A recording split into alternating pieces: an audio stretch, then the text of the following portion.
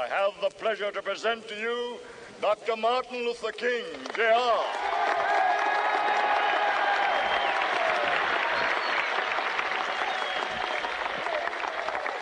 I am happy to join with you today in what will go down in history as the greatest demonstration for freedom in the history of our nation.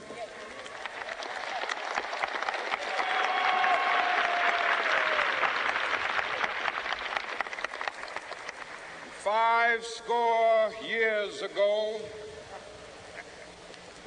a great American in whose symbolic shadow we stand today signed the Emancipation Proclamation.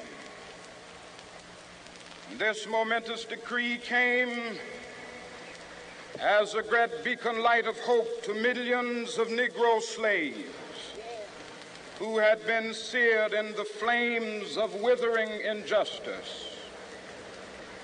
It came as a joyous daybreak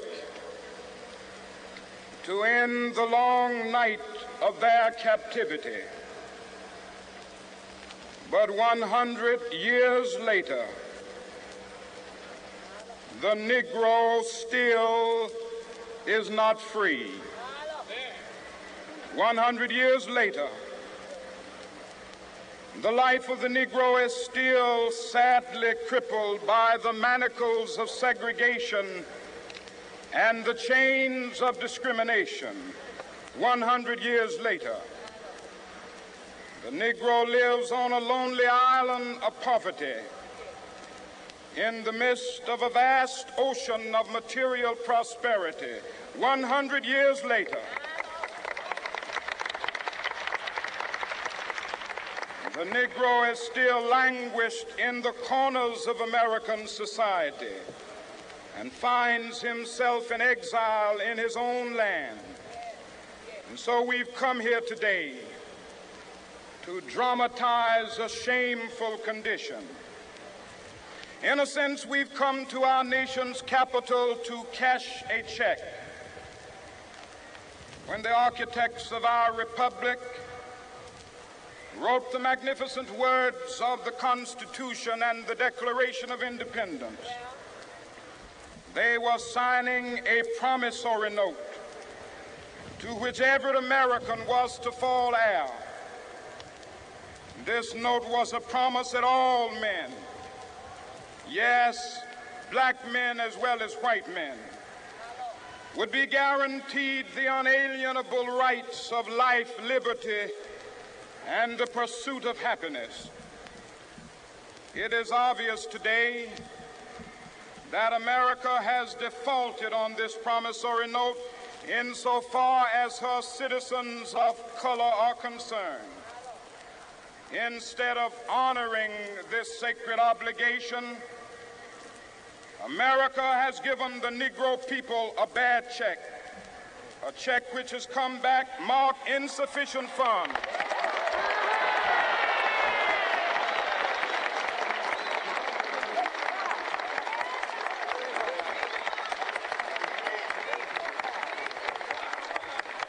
But we refuse to believe that the Bank of Justice is bankrupt. We refuse to believe that there are insufficient funds in the great vaults of opportunity of this nation.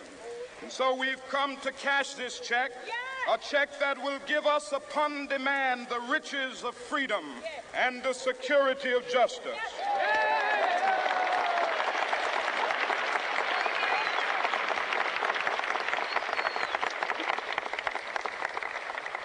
We have also come to this hallowed spot to remind America of the fierce urgency of now. This is no time to engage in the luxury of cooling off or to take the tranquilizing drug of gradualism.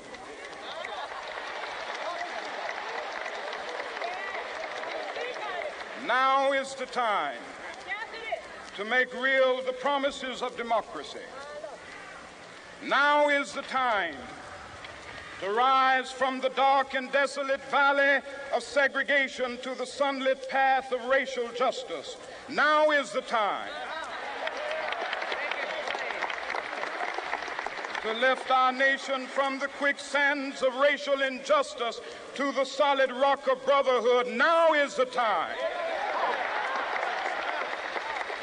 to make justice a reality for all of God's children.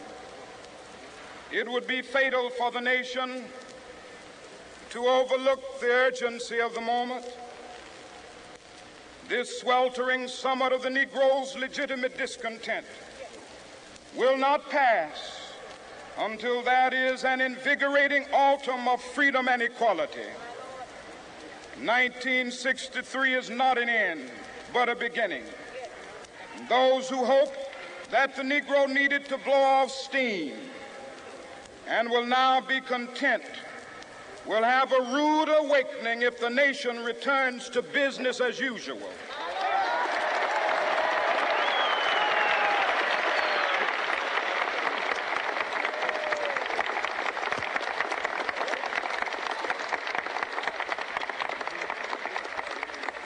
There will be neither rest nor tranquility in America until the Negro is granted his citizenship rights.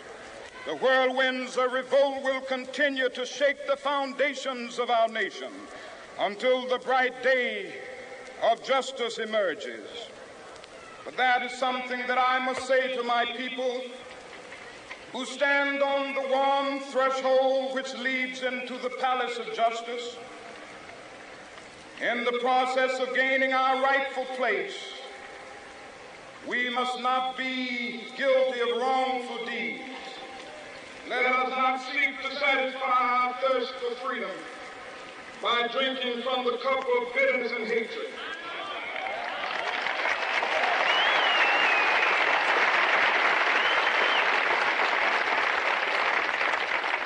We must fail to conduct our struggle on the high plane of dignity and discipline. We must not allow our creative protest to degenerate into physical violence.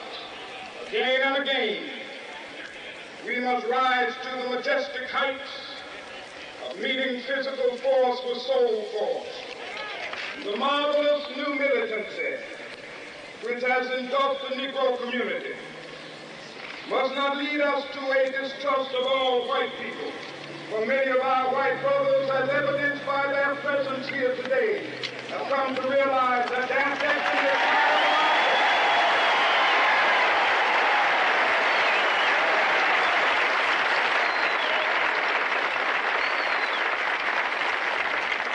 They have come to realize that their freedom is inextricably bound to our freedom. We we cannot walk alone.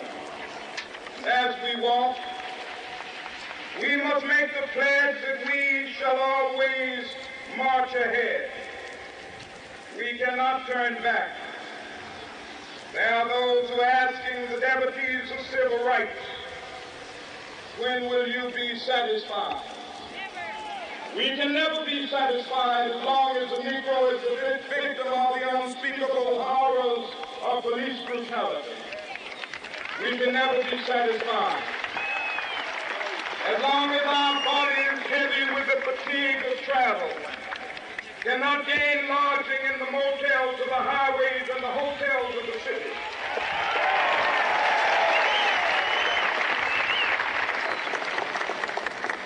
We cannot be satisfied as long as a Negro in Mississippi cannot vote, and a Negro in New York believes he has nothing for which to vote.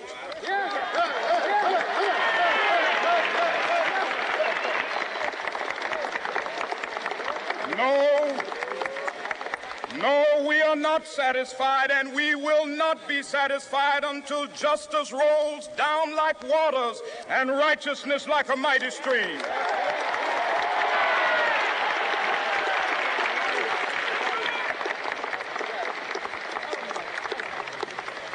I am not unmindful that some of you have come here out of great trials and tribulations. Some of you have come fresh from narrow jail cells. Some of you have come from areas where your quest for freedom left you battered by the storms of persecution and staggered by the winds of police brutality. You have been the veterans of creative suffering. Continue to work with the faith that unearned suffering is redemptive. Go back to Mississippi. Go back to Alabama. Go back to South Carolina. Go back to Georgia. Go back to Louisiana. Go back to the slums and ghettos of our northern cities, knowing that somehow this situation can and will be changed. Let us not wallow in the valley of despair. I say to you today, my friends,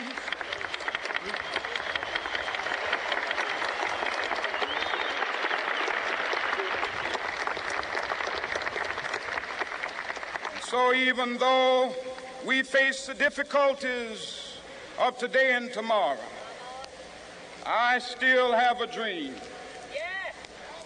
It is a dream deeply rooted in the American dream. I have a dream that one day this nation will rise up and live out the true meaning of its creed. We hold these truths to be self-evident, that all men are created equal.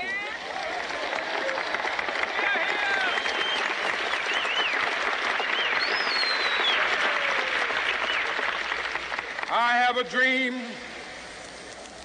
that one day on the red hills of Georgia, the sons of former slaves and the sons of former slave owners will be able to sit down together at the table of brotherhood. I have a dream that one day, even the state of Mississippi, a state sweltering with the heat of injustice, sweltering with the heat of oppression, will be transformed into an oasis of freedom and justice. I have a dream that my 4 little children will one day live in a nation where they will not be judged by the color of their skin, but by the content of their character. I have a dream today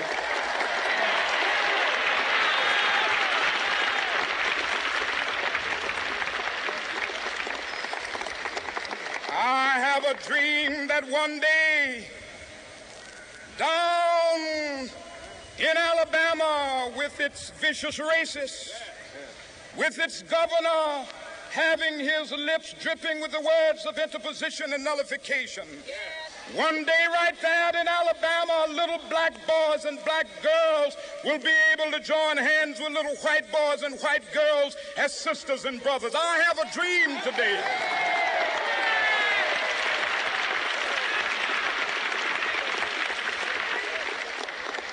I have a dream that one day every valley shall be exalted, and every hill and mountain shall be made low. The rough places will be made plain, and the crooked places will be made straight. And the glory of the Lord shall be revealed, and all flesh shall see it together. This is our hope. This is a faith that I go back to the South with. With this faith, we will be able to hew out of the mountain of despair a stone of hope. With this faith, we will be able to transform the jangling discords of our nation into a beautiful symphony of brotherhood. With this faith, we will be able to work together, to pray together, to struggle together, to go to jail together, to stand up for freedom together, knowing that we will be free one day. This will be the day. This will be the day when all of God's children will be able to sing with new meaning, "My country, tears of thee. Sweet land of liberty, of thee I sing. Land where my fathers died, land of the pilgrim's pride. From every mountainside, let freedom ring. And if America is to be a great nation, this must become true. And so let freedom ring from the prodigious hilltops of New Hampshire. Let freedom ring from the mighty mountains of New York. Let freedom ring from the heightening Alleghenies of Pennsylvania. Let freedom ring from the snow-capped Rockies of Colorado. Let freedom ring from the curvaceous slopes of California. But not only that, let freedom ring from Stone Mountain of Georgia. Let freedom ring from Lookout Mountain of Tennessee. Let freedom ring from every hill and molehill of Mississippi, from every mountainside. Let freedom ring, and when this happens, when we allow freedom ring, when we let it ring from every village and every hamlet, from every state and every city, we will be able to speed up that day when all of God's children, black men and white men, Jews and Gentiles, Protestants and Catholics, will be able to join hands and sing in the words of the old Negro spiritual, "Free at last, free at last. Thank God Almighty, we are free at last."